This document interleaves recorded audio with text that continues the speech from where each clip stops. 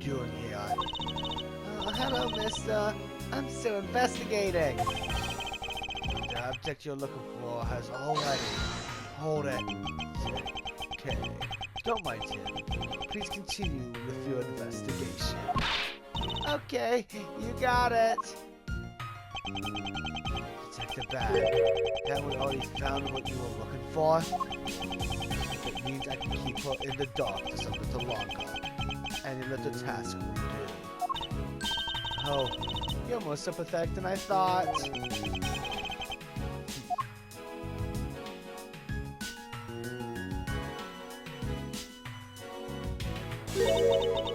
I've been waiting for you, Edgeworth.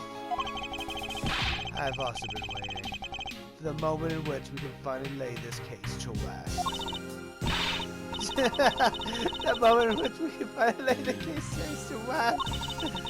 Wasn't that when we played Detective Gumshoe under arrest? I think we're more than solved this case already, don't you? We'll see. It depends on whether or not your logic holds. Oh, I see. We even have a view in the gallery. And why, even Mr. Bad is here. A view in the gallery? I'm hardly just a bystander. I have a duty to see this case through to the end. No matter how it turns out. Oh, is that right? Anyway, I thought you might like to hear what I've slaved away to find out. I've taken statements on every single person's movements. During the time when our suspect was in the hallway, I also confirmed that there was no possible route to escape from lobby number 2. Therefore, the killer must have found out be Detective Gumshoe. And that's all you have. Yes, all there is my conclusion. In this case, sorry, but I beg to differ. In a trial, there is always time for a rebuttal, and we are standing in a court of law. It'd be more than appropriate to follow the rules of court in this case, don't you think? I'm feeling like a Wookiee to think such a thing! But alright, I'll play along and give you a proper testimony. My logic is correct, and I've already won. All I have to do now is to prove it by showing who the real killer is.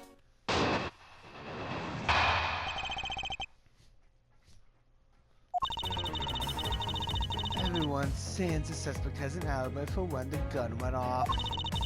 Furthermore, the areas around the crime scene have all been thoroughly investigated, right? I also confirm that there is no possible escape route from lobby number 2.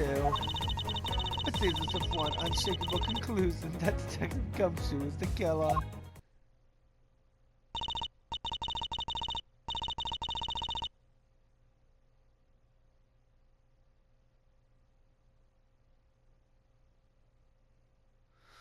Now that you have your testimony, I expect a good rebuttal, Edgeworth.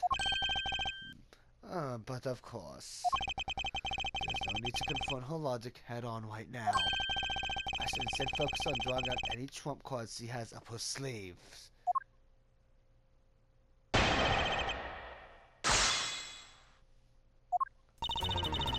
Everyone says the suspect has an alibi for when the gun went off. Furthermore, the areas around the... Hold it! The suspect, but I thought that Detective Gumshoe's alibi had already been proven. Are you joking, Edgeworth? I assure you this is no joke. Look, I know you heard from the judge earlier that the detective was in the hallway with Mrs. Faraday's daughter eating a Swiss roll. Yes, that is correct. But see, that was 20 minutes before the real gunshot went off, right? The problem is there's no one else who could corroborate what he did since the snacking. She's done her research well, which means that I should focus on drawing out my own trump cards she's withholding. Furthermore, the areas around the crime scene have all been thoroughly investigated, right? Hold it! Whether they have been thoroughly investigated or not is for me to decide. The squint's eyebrows and lines on your forehead are back! Anyway, even if you believe it has been has been exhausted after crime scene lobby number 2. Has no way out other than the hole Detective Gumshoe is standing in. And because he's going to be there, that makes him the only possible suspect. Isn't it also possible that someone escaped through a window and into the garden? That's the first place everyone looked silly. The police aren't a bunch of lazy bums. They look into every possibility, you know. Isn't that right, Mr. Bad? Duh. There wasn't a scrap of evidence to suggest someone used one of the windows. There also weren't any footprints or anything in the courtyard garden. I suppose they really did check everything they could be relevant to the case. I also confirmed that there was no possible escape route from lobby number 2. Hold it! Are you absolutely positive that there are no possible routes of escape? Of course I'm sure. And why are you so certain? This is a courthouse, the place where criminals are brought to be judged. If there was an escape route, I'm sure every criminal would be using it to escape. It's just common sense. Miles Edward, I just use a bit more of it in the future.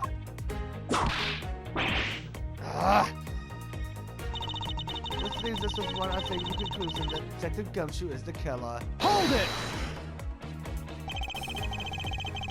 You may think it's unshakable, but to me, there are still too many unanswered questions. For example, who was it that placed the gun in Mr. Faraday's hand? You're the only one still wondering that. Detective Gumshoe probably had no idea which hand Mr. Faraday used to write with. Even if you knew someone, it doesn't mean you know which hand they write with, right? I mean, I certainly don't care about that sort of thing.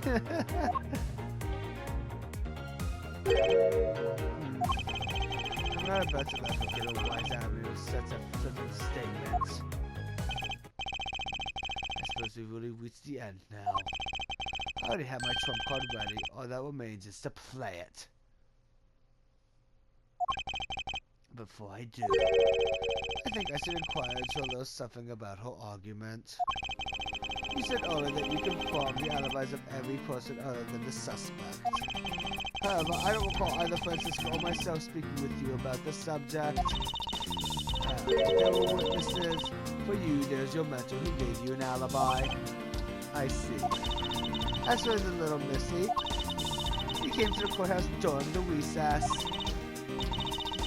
I was stopped by a security guard at the door to the hallway. He gave him quite a whipping for that. Or so I heard. I'm the daughter of Matthew Von Karma.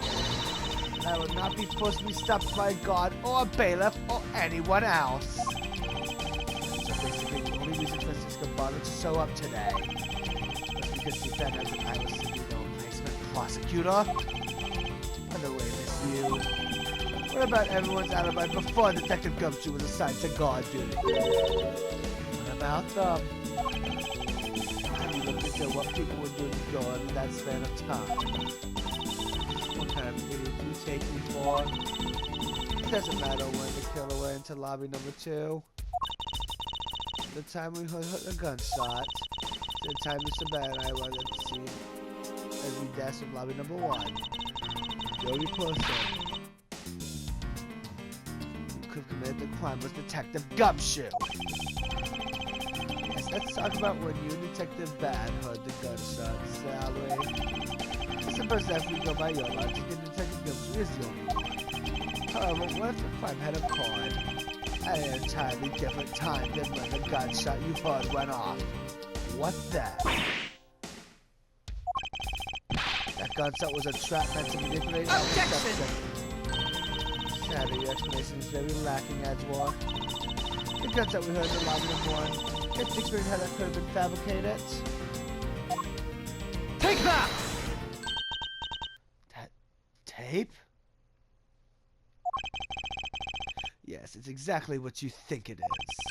This is the surveillance tape of Mr. Rell the prosecution presented in today's trial. This was found loaded in the video player in lobby number 2. that was connected to the large television that had its volume turned all the way up. You can't honestly believe that the sound we heard was the gunshot in the video. But I do, which leads me to my next point. The motors occurred much earlier than when anyone heard the gunshot. That's the only thing I can think of too. After committing double homicide, the killer took the surveillance video out from Mr. Faraday's evidence bag, turned the television volume all the way up, and left the video to play.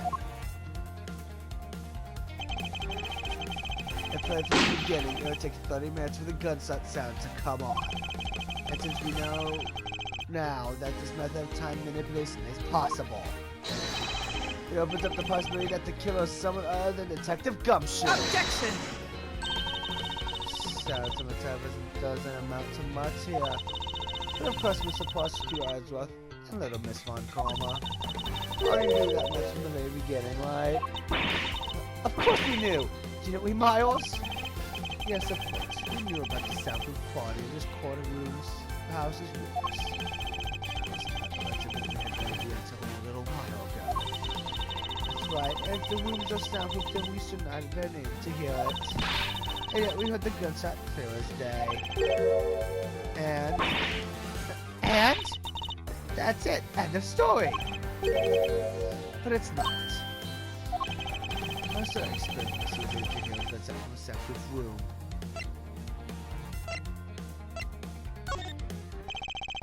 There's actually one common point between lobby number 1 and number 2. And it is that despite the fact that both rooms have air conditioners installed, a window is open in each. Now we know that the window in lobby number 2 was opened by the killer. However, window in lobby number 1 was also opened. Objection! It's probably just coincidence that they were both open at that time. Objection! It was no mere coincidence, I assure you. I was the window open in lobby number 1.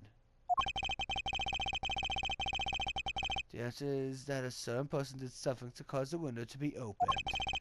And that person triggered that action. That person is the real guilty party. The killer is this double murderer is.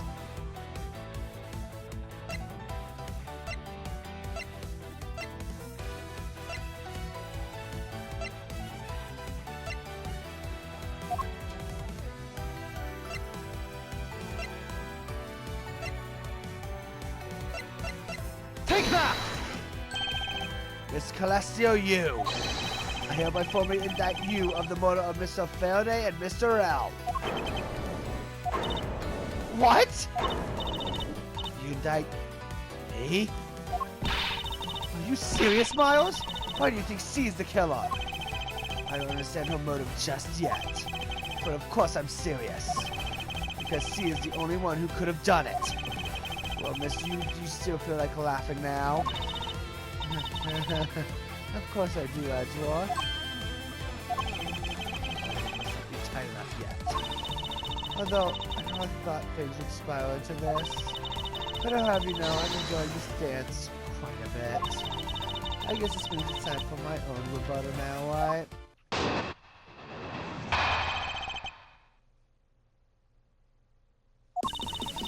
You argue that the window was open. However, do you have proof it was I who did that?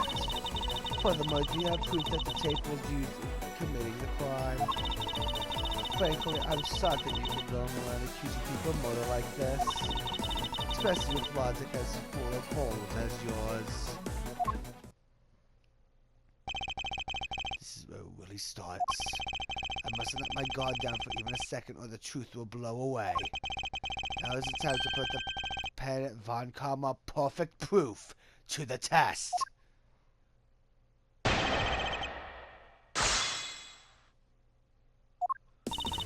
You argue that the window is open. However, do you have proof it was I who did that?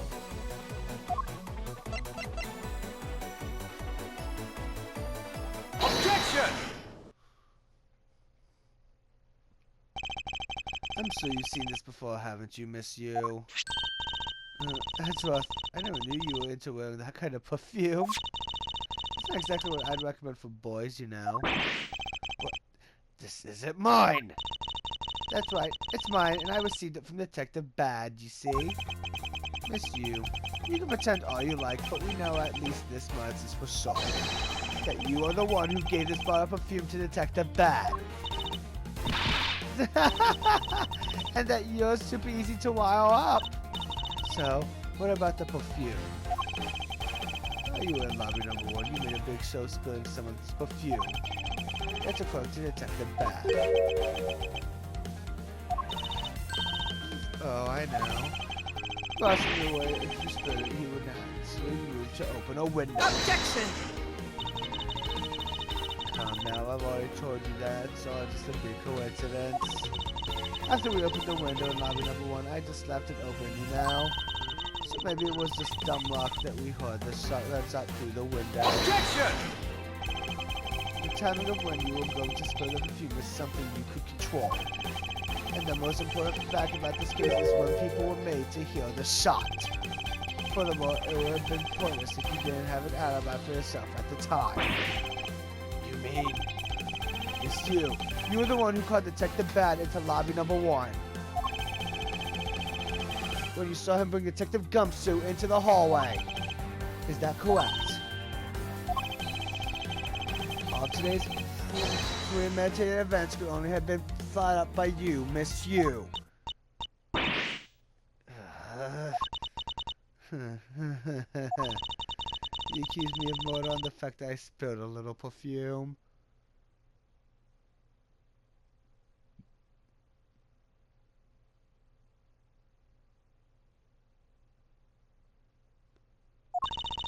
Well, allow me to say this much.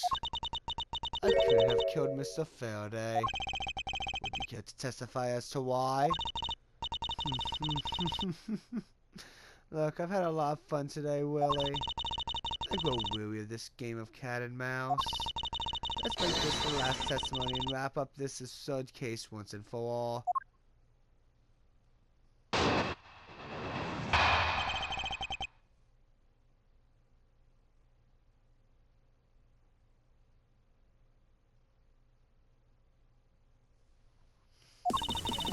Accusing someone of murder over a spilled bottle of perfume is a bit over the top. But I suppose forgery of evidence is to be expected of a disciple of Von Karma. In any case, it simply could not have been me who killed Mr. Faraday.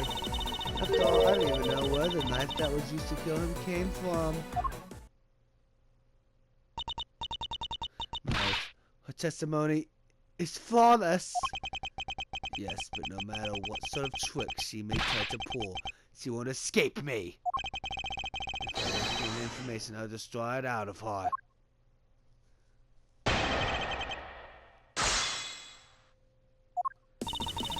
Accusing someone of murder over a spilled bottle of perfume is a bit over the top. I suppose forgery of evidence is to be expected of a disciple of Von Karma. In any case, it simply could not have been me who killed Mr. Faraday. After all, I don't even know where the knife that was used to kill him came from. Hold it! Just wait, she would inevitably escape. If she really was the one who killed Mr. Faraday, then she must have known about the existence of the knife. I'm sorry, Miss Yu. Maybe you weren't aware. However, the knife that was used to kill Mr. Faraday was taken from his evidence bag. Miles, what do you think you're doing? I'm drawing the truth out of her, that's what I'm doing. Huh? I don't recall an acting present at the trial earlier today. Well, I suppose it's because the evidence was something Mr. Faraday had yet to use. So that's what you're trying to do. Look, why don't you cut it out with the lies? I've already figured you out. There was no knife inside Mr. Faraday's evidence bag. The only evidence he had yet to present was the key the Yashu had sent. And unless the key can magically turn into a knife, you really don't have a leg to stand on. Do you really think you could trap me? Come now, be honest. I never intended to do such a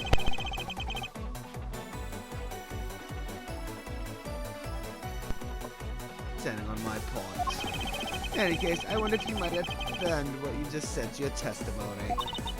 Son, Why not? I haven't said it as many times as you'd like. There was a key in his evidence bag, but you can't kill anyone with a simple key.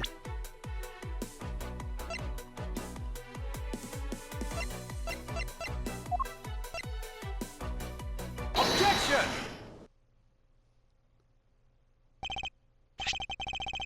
Miss Yu, I wonder if you may take a look at this photo for me. This is a picture of the key that Yatagashi sent to the police. However, while it may look like a key at first glance, it in fact has the secret ability to transform into a knife. Which means that what was inside Mr. Faraday's bag was both the Yatagashi's key and a murderous knife! You knew that the key was inside Mr. Faraday's bag, did you not? Yes? Well, with the Yatagashi's key alone, it's more than possible to kill Mr. Faraday.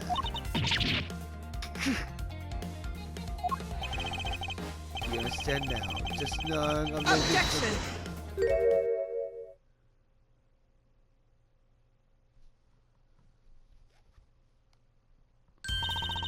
I still haven't had a good look at it. Showing it to me from that far away. You could be lying for all I know. You would, even now, still feign ignorance? I'm not feigning anything. We can't have you accusing me of a crime with false evidence now, can we? I mean, Mr. Von Karma, I've heard some very interesting rumors about him. Are you mocking my papa? You dare sully the good name of my mentor. Take a good look. This piece of evidence is more than real. Wow, who knew there was such a trick to this thing? Are you satisfied now? But of course, you knew from the very beginning, didn't you? You knew that the knife and the Yatagashi's key are one and the same. Otherwise, someone like you who isn't a member of law enforcement and who would never have been privy to this trick would have never known about it to begin with.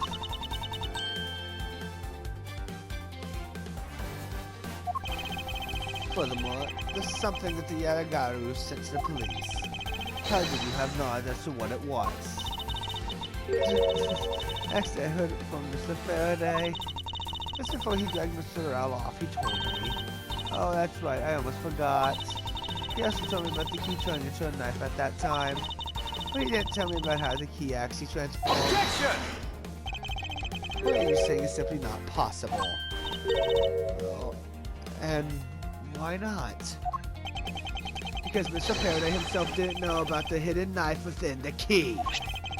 For within these pages, he mentioned nothing about a knife. Objection! I'm not sure he would have written everything in his organizer, you know. Wouldn't something of this importance be better left to oral communication? Objection! Unfortunately, that is also impossible. Because Detective Bad didn't know about the knife aspect either! It would have been highly classified information even within the police force. And it's something that even the lead detective on the case didn't know. Why would Mr. Faraday have felt the need to share such information with the opposition? Yeah, I guess he wouldn't have much of a reason to. Looks like I gave a pretty lame excuse, huh? How can you laugh at a time like this? She probably just realized the flaw in her logic and is actually in a panic over it. But that's not something we need to concern ourselves with. I suppose you're right. It's you. I'd like to say that I also know how you knew the real nature of the knife. You now. Why don't you put your money where your mouth is and show me? Oh, I will, and I'll wipe that smile off your face by the time we're through. This is it, the moment of truth, the secret behind the Yatagashi's key. Only one person would have knowledge of it from the get-go. Who would know from the start that the Yatagashi's key could also change into a knife?